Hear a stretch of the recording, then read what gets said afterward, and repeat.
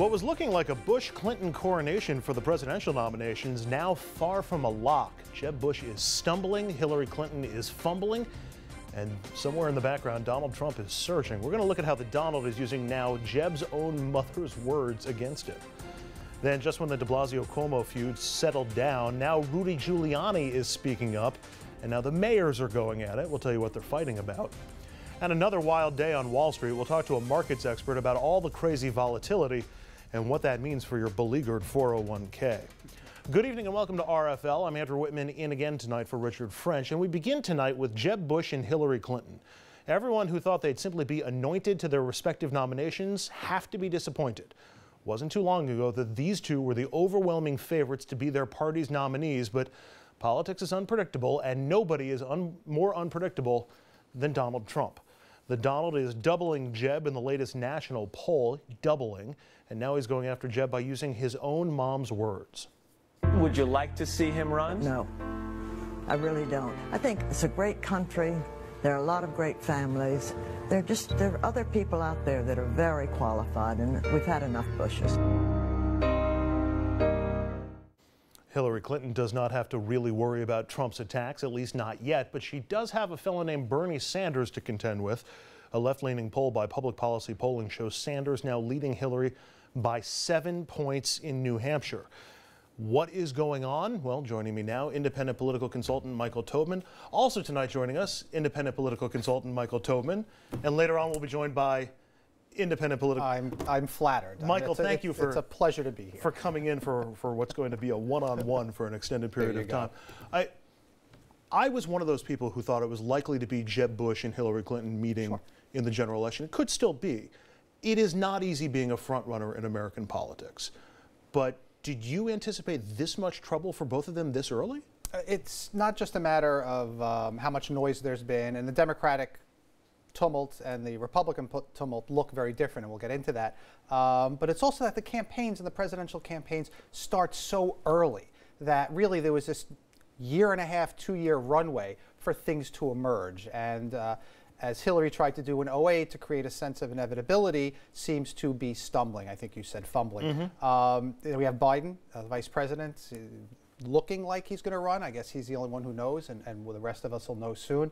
And Sanders is surging in among independent voters in caucus states and primary states where folks care not so much about November, but about making a important statement now about progressive politics. Let's keep it on the Democratic side for now.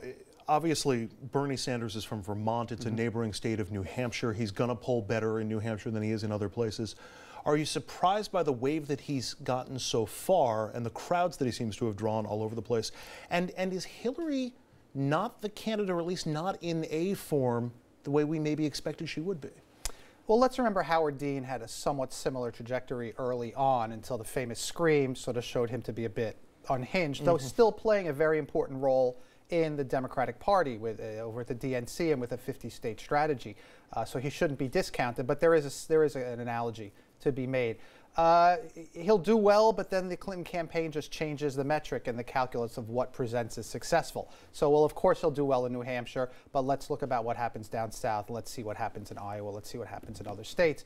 So they'll find a way to incorporate it and dismiss it. The Biden piece, less easy to dismiss. Just staying on Hillary for a second, because nobody was surprised when she announced she was running for president. I mean, I don't think anybody in the country was surprised. So she knew she was going to make this run from a long time ago.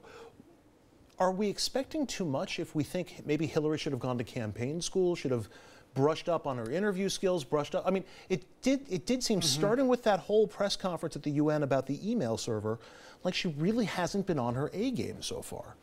I think we could look back now and say none of us were surprised when she ran, but if she decided not to run, we'd be sitting here saying, well, while it looked like she was going to run for a while, none of us are surprised that she took a pass on it. So I think it could have actually gone either way, and I think if she didn't run, there would have been colorable arguments as to why that happened. So who do you go to campaign school with? You prep, you're with your advisors. I think that the Clintons plural, are not folks that like hearing no, and I think they surround themselves with people who tell them how great they are. And then you have a few people who are especially close to you that'll be a bit more critical than others, and you value their opinion. But they get to sort of dismiss it and wave it off and say, well, everybody's gunning for us, they're out for us, it's a long race. Is there such thing as a campaign school? Should you and I be starting a campaign school to help candidates get ready for elections? We do prep, we do issues, and people, there is media training, and some candidates have sat down with psychologists to walk through some issues, and others go to debate coaches, and others go to speech therapists. So there is, but I think this is bigger than that. Let me flip over to the Republican side, because I think a lot of people knew Jeb Bush by name, they knew him by title, they knew him by relation. And he was perceived, if not for no other reason than that name recognition, to be the front runner from the get-go in all of this. Is he underwhelming expectations in all of this, or is he just not the candidate that people maybe thought he might be? He was winning up. We're now at the proper primary stage in the Republican Party. Sheer chaos. Right, but Jeb Bush was winning the primary before the primary, which was organizations, top consultants, top bundlers, top fundraisers, all the big money lining up in the sort of establishment institutional Republican Party. That's the primary before the primary. But now we're at the actual primaries that are a bit more chaotic and a bit louder. And look at all the volume around the Republican primary and how quiet it is. On the Democratic side, though contested, Sanders is drawing tens of thousands of people to rallies, but it's a bit quiet. We're not hearing a lot of screaming and rhetoric around it, and people are going to let the vice president make a decision in his own time. But let me go back to that question about Jeb. Is he not as formidable a candidate, just in terms of, you know, not the preparation, not the money, not the fundraising or the organization, but the public image? He comes across, and maybe this is just my take, but he feels significantly softer in many ways than his brother or his father did.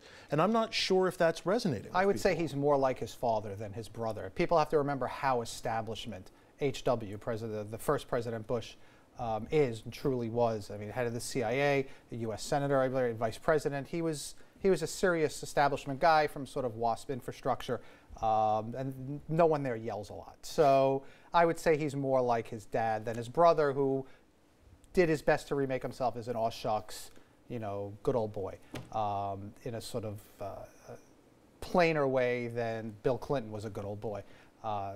Different pedigrees. So he is, Jeb Bush, the candidate favored by the Republican Party that elected a majority to the U.S. Senate by pushing out of the way the Tea Party fringe folks in order to get electable candidates that independent voters and Democrats could get behind in order to win a majority of the U.S. Senate.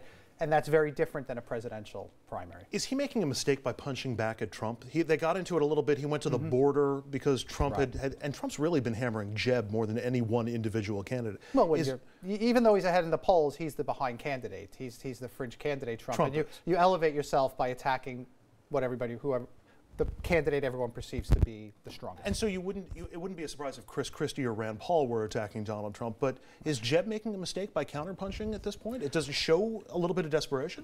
You can't have an argument with a crazy person, and I think Trump is a crazy person. So when you push back and when you have an argument and you fight with them, you don't know what they're going to say. You don't know where the punches are going to come from, and it's just completely unpredictable. Is he wrong to be doing it? No. Is it a difficult thing, and is it risky? Absolutely. Let's run through some of the headlines involving these guys. Now, Megyn Kelly was back in the anchor chair at Fox last night, and Trump did not waste any time criticizing her. He tweeted out that the show was better without her and that she should go back on vacation. He also retweeted a posting where someone called her a bimbo. Fox News head Roger Ailes immediately said Trump crossed the line and demanded an apology. Right. Explain this to me. Is Trump just calling the shots on his own, or did somebody come to him and say, I got an idea for you? I think there's no shortage of outrageous people around him to sort of confirm and exaggerate his personal tendencies to be unwieldy and wild that way, but it's probably a lot from him. But let's forget, Fox News and Megyn Kelly are also benefiting from all this press and all this news. But it is a hateful, sexist thing to call a prominent journalist a bimbo, or to retweet it or endorse it. It's unpresidential.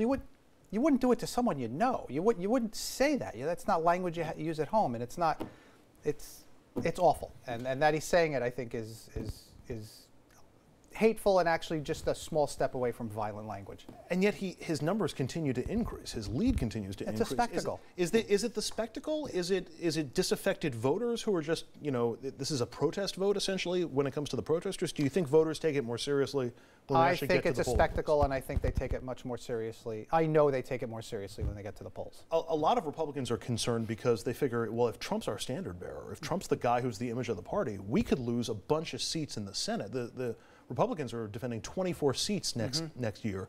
Many of them could be swing seats. Many of them could be tight races. How much panic is there, and do you think there should be within the RNC? I think at every level of government, from U.S. Senate seats up for re-election, some of them are in contested seats that could flip, all the way down to state houses and congressional campaigns and state legislative seats. You could just, the mail writes itself, the commercials write themselves. Trump is a buffoon, and he's going to cost everybody, and it should be a real concern. Finally, back on the Democratic side, there are reports that President Obama has given Vice President Biden his blessing to run for president. I'm curious if that puts the White House in an awkward spot. I mean, it's his Secretary of State and his Vice President potentially running. It's never a difficult situation to have an embarrassment of riches, and Hillary Clinton and Joe Biden are both accomplished public servants and would be formidable presidential candidates. And it's not supposed to be easy, right? If it was easy, anybody could do it. So the White House is put in an awkward position. Of course, they'll support their vice president. People forget, I mean, Biden's run for president twice, did spectacularly unwell both times. Is there any reason to think he's a better and more viable presidential candidate a third time? Is three that much? A few is just one more away from a couple, and this would be Hillary's second run. So I don't know that it disqualifies him in any way. And certainly he's been elevated. I guess by being vice president and being in that position and giving all the shoulder massages, the cringy shoulder massages. He's an authentic guy. What can we tell you? All right, we're going to take our first break on RFL. When we come back, the pile-on continues. Now Rudy Giuliani is slamming Bill de Blasio. The former mayor says the current one doesn't know how to handle the homeless problem in the city, and of course he's got some advice for de Blasio. And then they opted out. Now she's fighting back. The New York Education Commissioner is doing battle with parents who keep their kids home on test day.